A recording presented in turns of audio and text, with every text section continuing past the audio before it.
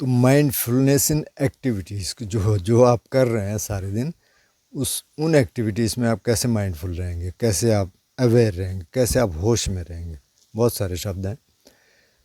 तो वो तब होगा जब आप बैठने वाला ध्यान पहले करेंगे, क्योंकि वहाँ वो ट्रेनिंग है। जैसे हम बार बार एक उदाहरण देते हैं साइकिल चलाने वाली या स्विमिंग वाली, कि पहले आपको सीखना पड़ता है बहुत प्रोटेक्टेड इन्वायरमेंट में। आप सीधे साइकिल लेके हाईवे पे नहीं जा सकते कि वहाँ बच्चे को सिखा लेंगे, वहाँ नहीं सिखा सकते। आपको पहले ग्राउंड में सिखाना पड़ेगा, घर में हो सकता है अंदर सिखाना पड़े हॉल में, उसके बाद धीरे धीरे हो जाएगा। तो ऐसे ही पहले जब आप बैठने वाली ट्रेनिंग करेंगे, बैठने वाला ध्यान करना शुरू कर देंगे, आप 5 मिनट शुरू कर दीजिए। जो पहले से कर रहे हैं वो तो ठीक ही है।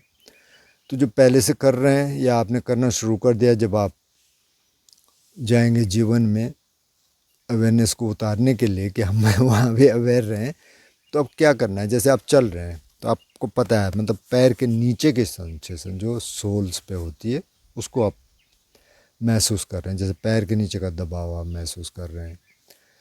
जब आप बैठे हैं तो यहाँ बैठने की सेंसेशन आ रही होगी, यहाँ से उसको महसूस कर रहे हैं। वेट महसूस कर रहे हैं, वज़न शरीर का। जब आप कोई काम कर रहे हैं, हाथ से कर रहे हैं, तो हाथ में क्या सेंसेशन हो रही है उसका पता कर रहे हैं। खा रहे हैं तो पहले तो उंगली में क्या छू रहा है, खाना छू रहा होगा, चम्मच होगा, जो भी होगा। फिर आप मुंह में खाना डाल रहे हैं तो चबा रहे हैं, तो उसकी सेंसेशन आपको पता है। और इसमें बहुत मुख्य बात यह है कि आपके दिमाग में क्या चल रहा है उसके प्रति आप अवेयर हैं। तो दिमाग में अगर तो लस्ट और इल विल के थॉट हैं, मतलब कि काम और क्रोध के थॉट हैं, तो उनको पहले साइड में कर लीजिए। साइड में करने का मतलब दबाना नहीं है, उसकी स्ट्रेटजीज हैं बहुत सारी। तो वो अलग हो गए, उनको दूसरे थॉट से रिप्लेस कर दीजिए। किसी के प्रति इल विल आ रही है तो उसको थोड़ा सा मैत्री दीजिए, उसका भला हो।